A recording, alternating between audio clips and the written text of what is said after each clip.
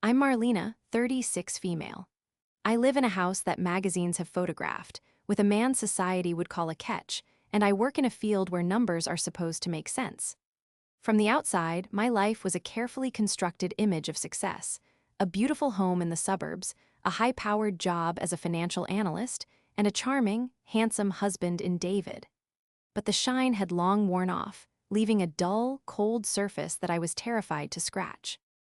I was about to discover that the perfect life I thought I had was not just a lie, but a prison, and my husband was the one forging the bars.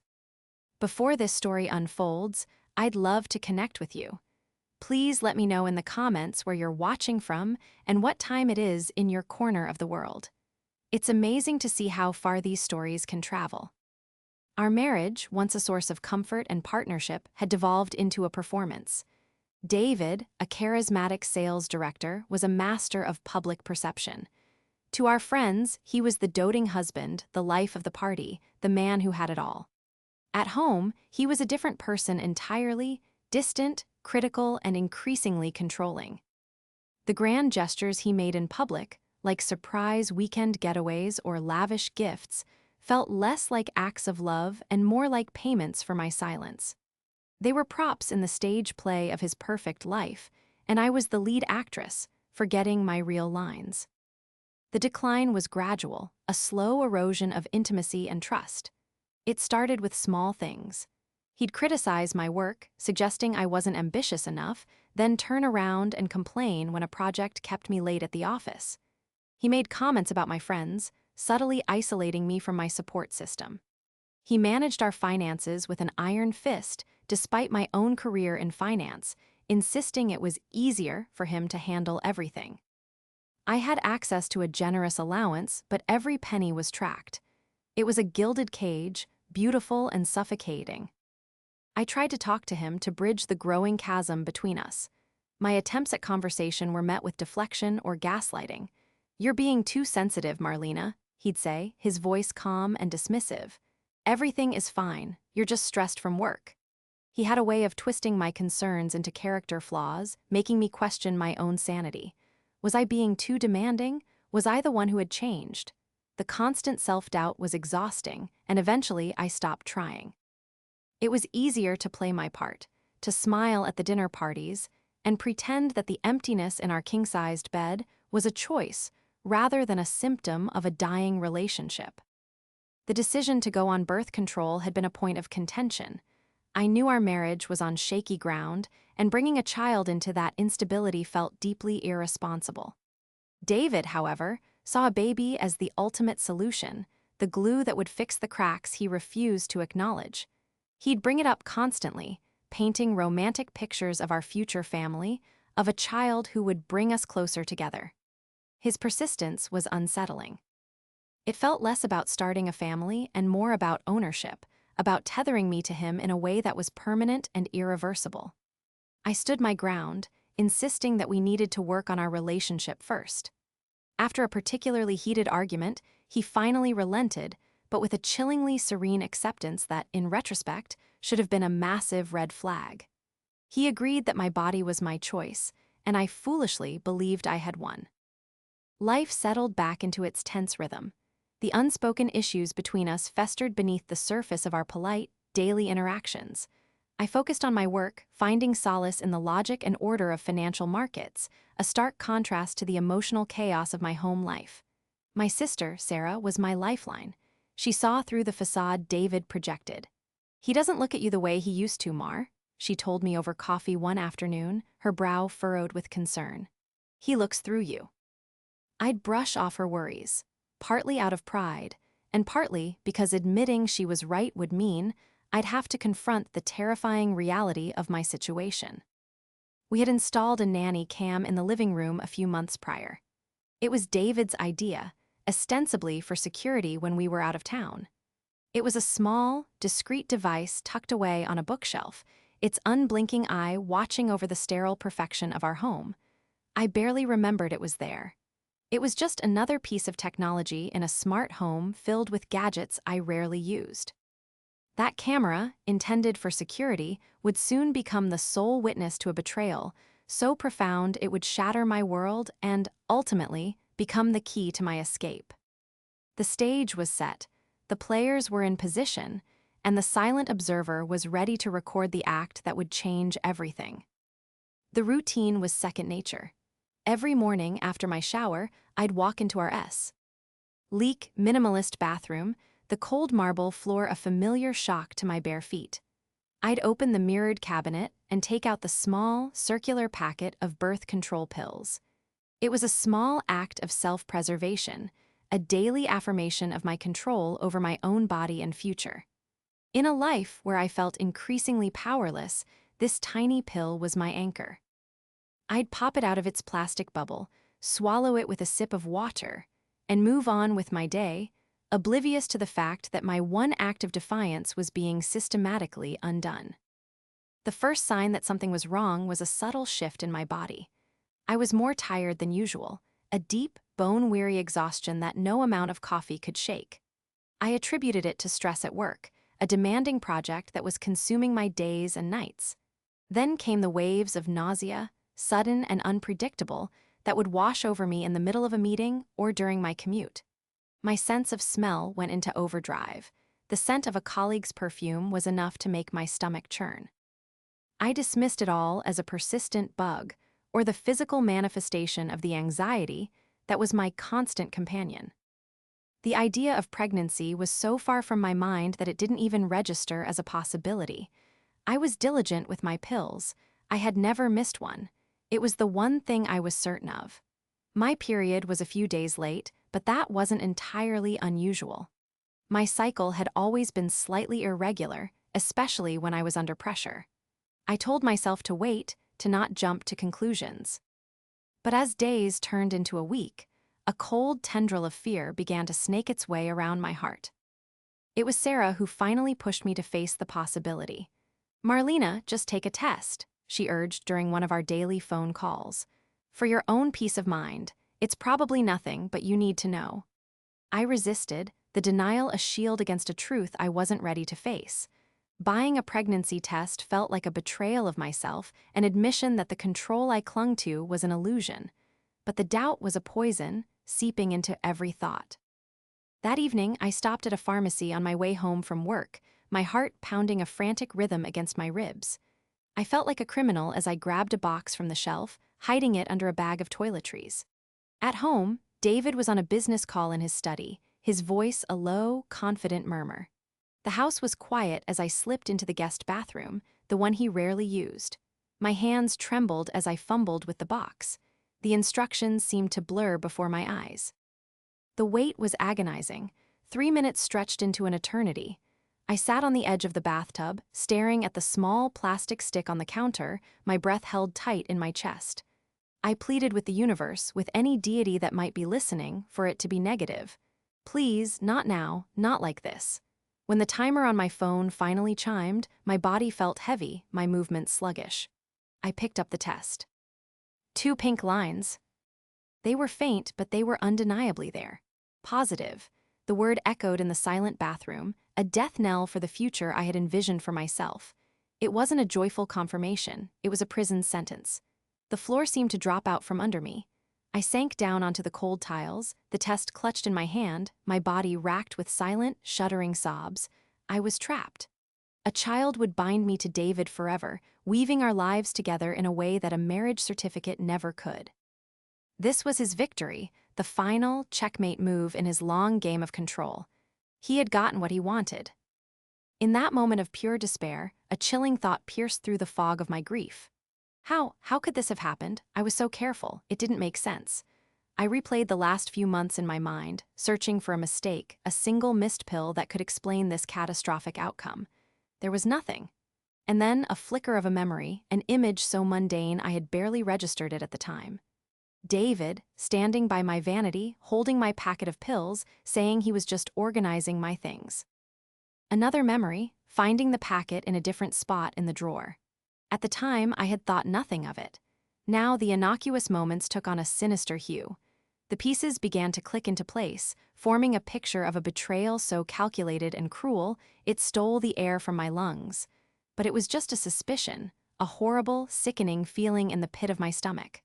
I had no proof. It was my word against the word of my charming, perfect husband. For 2 days, I lived in a daze. I moved through the motions of my life like an automaton, the devastating knowledge of my pregnancy and the dark suspicion of David's involvement a constant, heavy weight in my gut. I told David I was feeling unwell, a vague excuse he readily accepted, his face a mask of mild concern. "You've been working too hard, honey," he said, placing a cool hand on my forehead. "You should rest." Hi. Touch made my skin crawl. I had to force myself not to recoil, to maintain the facade of normalcy while my mind raced, trying to find a way out of the nightmare I was living. The suspicion was a poison, and without proof, it was killing me from the inside. How could I ever prove something so monstrous? He would deny it, of course. He would turn it around on me, call me hysterical, delusional. He would use my emotional state as evidence of my instability, further cementing his control. I felt utterly and completely alone, trapped in a web of his making. It was on the third night that the memory of the nanny cam surfaced. I was lying in bed, staring at the ceiling, the space beside me cold and empty as David was out for a client dinner. The camera. We had barely used it, but I knew it recorded on a loop, saving the footage to a cloud server. David had set it up, linking it to an app on his phone. He had shared the access with me, and I had promptly forgotten about it. My heart began to pound with a sliver of hope, a fragile thing in the overwhelming darkness. Could it be? Could that stupid little camera have captured something? Adrenaline surged through me. I slipped out of bed, my bare feet silent on the hardwood floor. I grabbed my laptop from my office and shut myself in the guest room, my hands shaking as I navigated to the security app's website. I fumbled with the password, my mind blank with anxiety. After 2 failed attempts, I finally remembered it. The interface loaded, showing a live feed of our dark, empty living room. My breath hitched. Now for the hard part.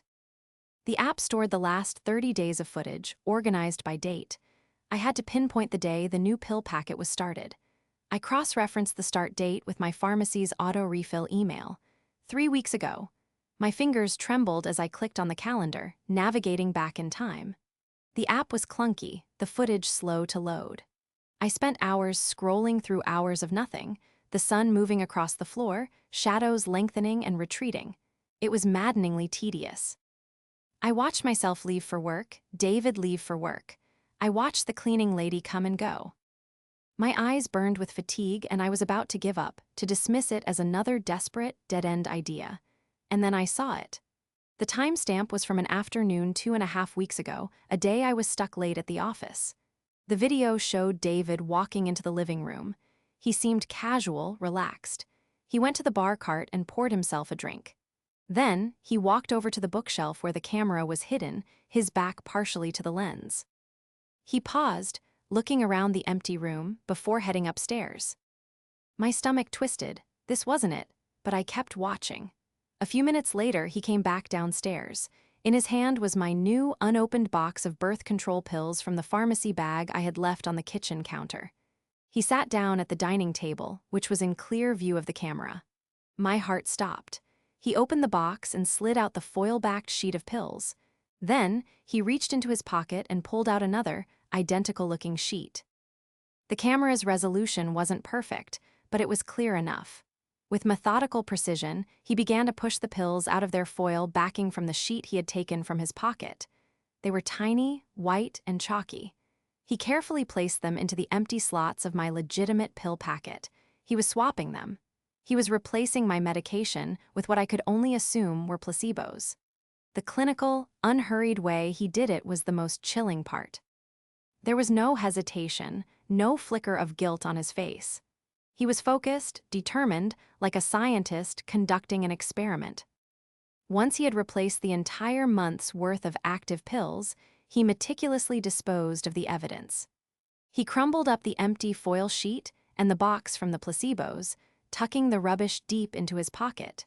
He slid my tampered pill packet back into its original box and walked out of the frame, presumably to put it back in my bathroom drawer. I watched the footage 3 times, my mind struggling to process the cold, hard reality of what I was seeing. The sick feeling in my stomach wasn't just suspicion anymore. It was fact. This wasn't a mistake. It wasn't my imagination. It was a deliberate, calculated act of violation. He hadn't just deceived me, he had taken away my autonomy, my right to choose. He had used my body as a tool to get what he wanted, without any regard for my health, my dreams, or my life. The positive pregnancy test wasn't a biological accident. It was the result of a crime. I downloaded the video file immediately, saving it to a secure cloud drive and then to a password-protected USB stick. A wave of cold, clear rage washed over me, extinguishing the fear and despair. The tears stopped. The shaking subsided. In its place was a resolve as hard and sharp as steel. He thought he had trapped me. E thought he had won, but he didn't know about the silent witness on the bookshelf. He didn't know that his cruelest act had also been his biggest mistake. He had just handed me the key to my own cage. The video changed everything. It was no longer a matter of my word against his. It was his actions, undeniable and recorded in high definition. The initial shock gave way to a chilling clarity. My grief was replaced by a cold, simmering fury.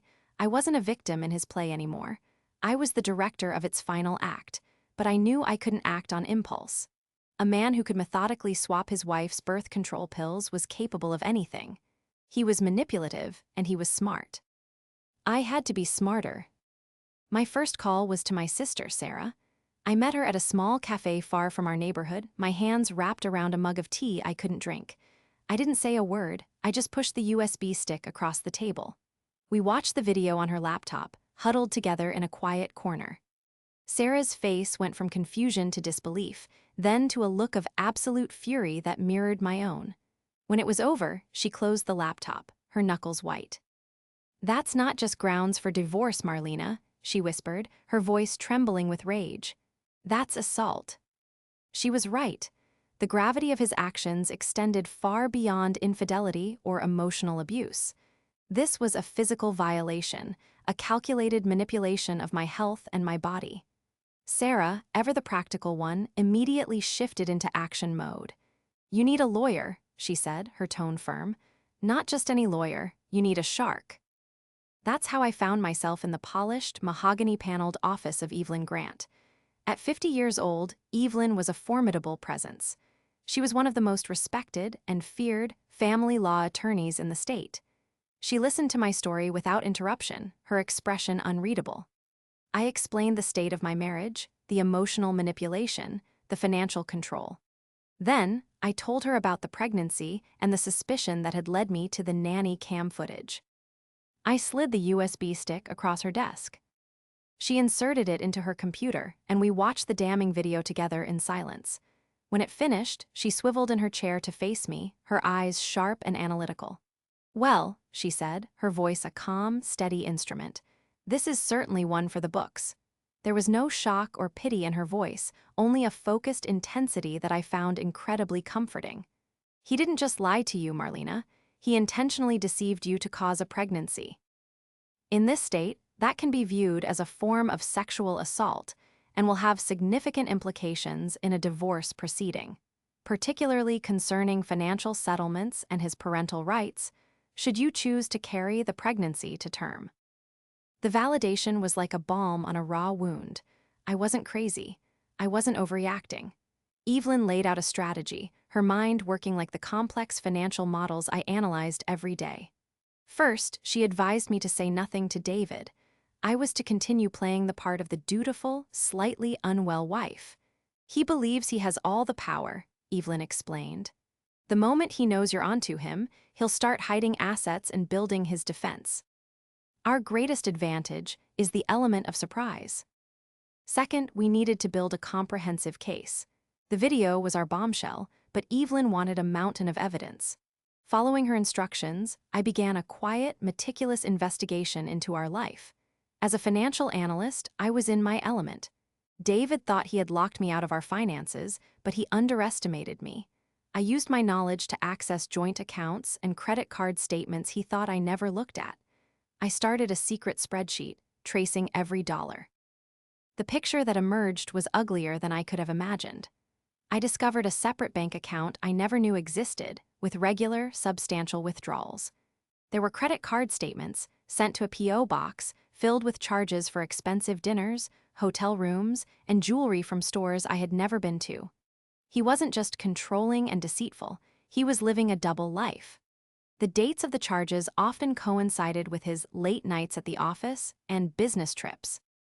He wasn't just trying to trap me. He was planning an exit strategy with someone else, and the baby was his insurance policy to make me look unstable and greedy when he finally left. Evelyn also hired a private investigator, a discreet professional who confirmed my findings. He uncovered the identity of the other woman, a younger colleague from his office. He provided photographs of them together, looking very much like a couple. The PI also discovered that David had been consulting with a divorce attorney of his own for months, likely building a case to paint me as an unfit partner to minimize his financial obligations. Each new piece of evidence was a fresh stab of pain, but LSO hardened my resolve. The man I had married didn't exist anymore, if he ever had. In his place was a stranger, a cruel and calculating manipulator. I copied every document, every statement, every photograph, adding them to the growing file on the encrypted USB stick. I was no longer just a wife seeking a divorce. I was an analyst building a case, a strategist planning a war. The gilded cage he had built for me was about to become his own personal prison of consequences. He had lit the match, and I was about to build an inferno. With a mountain of evidence compiled, the next phase of the plan was to take control. Evelyn's strategy was brilliant in its simplicity and audacity. We wouldn't just be filing for divorce. We would be orchestrating a complete and total dismantling of David's life, using the very tools of control he had used against me. The goal was not just to leave, but to leave him with nothing but the consequences of his actions. The first step was securing my financial independence. Under Evelyn's guidance, I systematically and legally moved half of the funds from our joint savings and investment accounts into a new account under my name only. It was a significant sum, the result of years of our combined earnings. I knew David would see the transfers eventually, but Evelyn assured me that since they were marital assets, my actions were perfectly legal. It was a preemptive strike to ensure he couldn't drain the accounts the moment he was served with divorce papers. The feeling of seeing that money under my sole control was intoxicating. It was the first breath of freedom. Next, we prepared the legal documents. Evelyn and her team drafted the most ironclad divorce petition I had ever seen. It detailed David's emotional and financial abuse, his infidelity, and the damning evidence of the birth control sabotage. We filed for an emergency restraining order, citing the video as proof of his capacity for extreme and harmful manipulation, which made me fear for my safety. We also prepared a motion to grant me exclusive use of our home, arguing that it was not a safe environment for me to cohabitate with him. While the legal machine was whirring, I handled the personal side. I found a new apartment, a small but sunny place in a different part of the city. I signed the lease and paid the deposit using the funds from my new account. I hired movers, scheduling them for the day David was due to be served. My sister Sarah was my co-conspirator, helping me pack my personal belongings in secret while David was at work or on one of his business trips. We worked in quiet, efficient shifts, carefully packing boxes and hiding them in the spare bedroom closet. Each item I packed, a book, a photograph, a piece of clothing, felt like a small act of reclamation. I was curating the pieces of my new life. The most difficult decision was about the pregnancy. After weeks of agonizing deliberation and long conversations with Sarah and a therapist Evelyn had recommended, I made my choice. It was mine to make, a right David had tried to steal from me. I felt a sense of peace with my decision, a quiet certainty that I was doing the right thing for my future. Evelyn had made it clear that my choice, whatever it was, would not change the legal case against David. His actions were what mattered, not the outcome. The day before we set the plan in motion, I felt a strange sense of calm.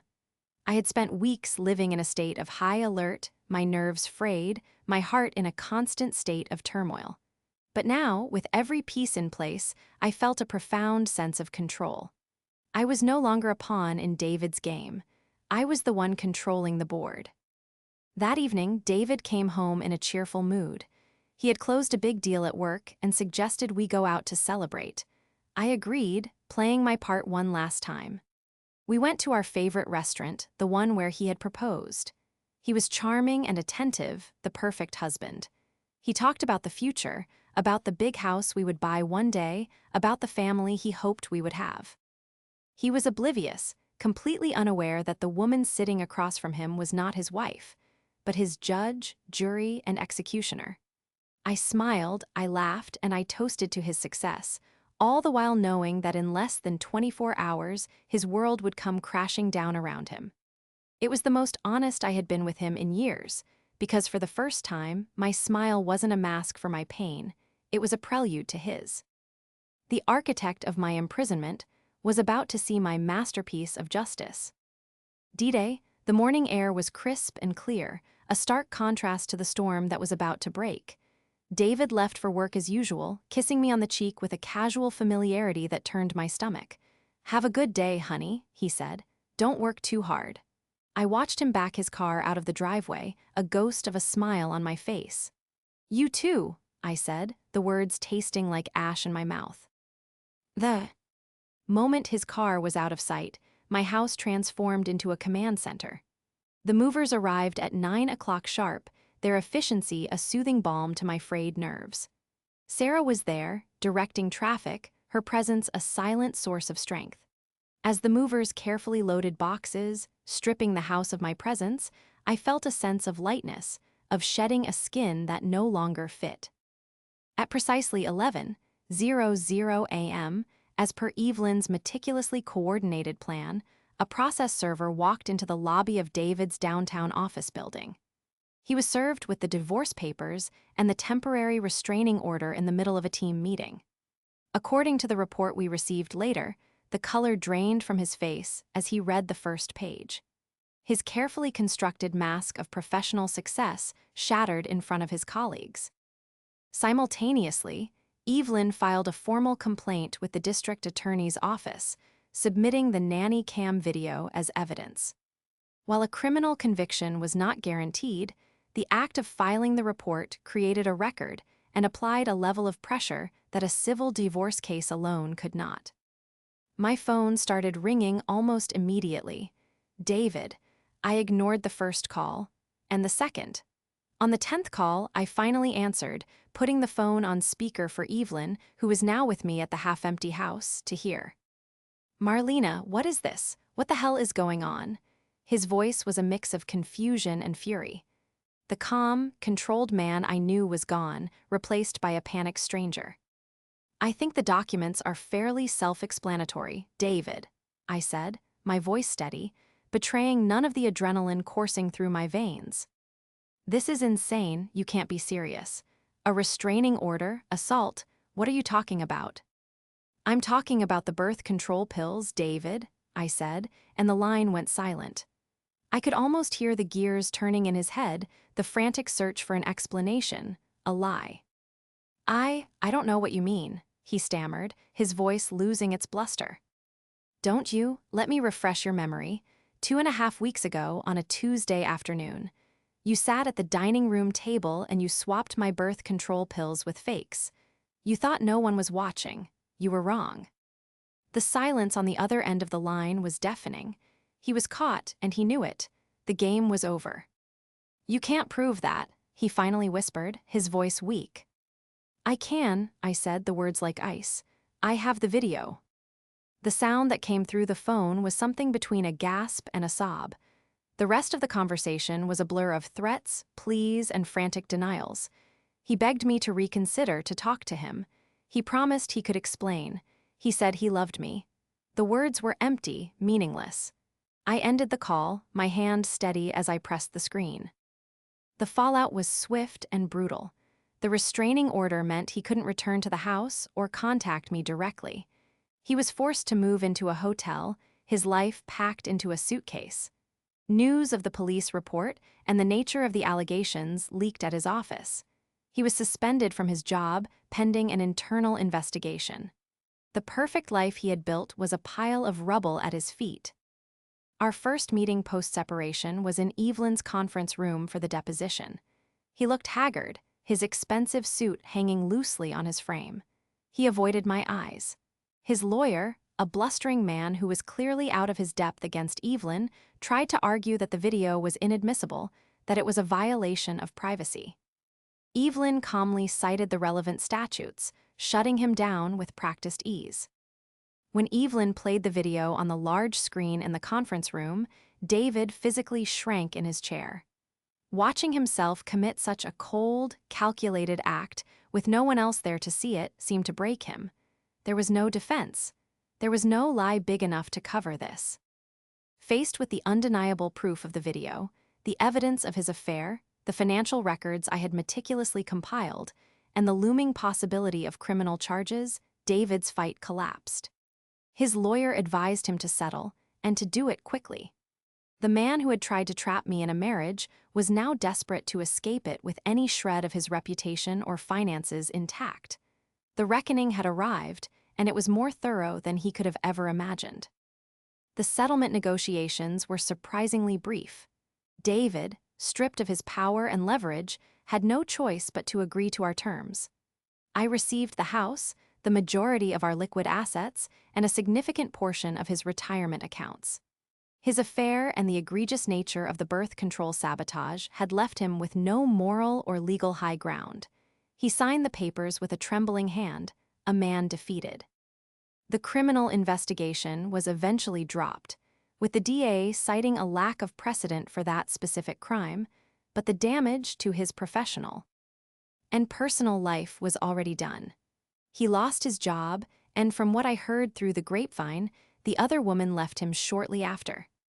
Walking out of the lawyer's office for the last time felt surreal. The war was over. The cage was open. I was free. But freedom felt different than I expected. It wasn't a sudden burst of euphoria, but a quiet, fragile sense of peace. The months of fighting had taken their toll, leaving me emotionally exhausted. I sold the house, that beautiful, sterile monument to a life that was never really mine. I couldn't stand to be in it another day, to walk the halls that held the ghosts of so many lies. I used the money to buy the small apartment I had been renting, the one that had been my sanctuary. It was mine, in a way the house had never been. My sister, Sarah, was my rock through it all. She helped me unpack, not just the boxes of my belongings, but the emotional baggage I had been carrying for years. We spent hours talking, crying, and eventually, laughing. We reconnected in a way we hadn't since we were children, my ordeal forging a bond that was stronger than ever. I took a leave of absence from work, giving myself time to heal. I started seeing a therapist, someone to help me navigate the complex trauma of David's betrayal. It was difficult work, confronting the pain and the anger, but with each session, I felt a little stronger, a little more like myself. I had spent so long playing a part in David's world that I had forgotten who Marlena was. I was rediscovering her, piece by piece. I reconnected with old friends, the ones David had subtly pushed away. I took up hobbies I had long abandoned. I traveled, not to the lavish resorts David preferred, but to quiet, beautiful places that nourished my soul. I learned to enjoy my own company, to find comfort in the silence. The pregnancy was a shadow that lingered, but I knew I had made the right decision for me. It was a choice born not of fear, but of hope. Hope for a future where I was in control, where any child I brought into the world would be born into love and stability, not lies and manipulation. Months turned into a year. The anger I held towards David began to fade, replaced by a kind of detached pity. He was a small man who had to resort to desperate, cruel measures to feel powerful. His actions were a reflection of his own emptiness, not my worth.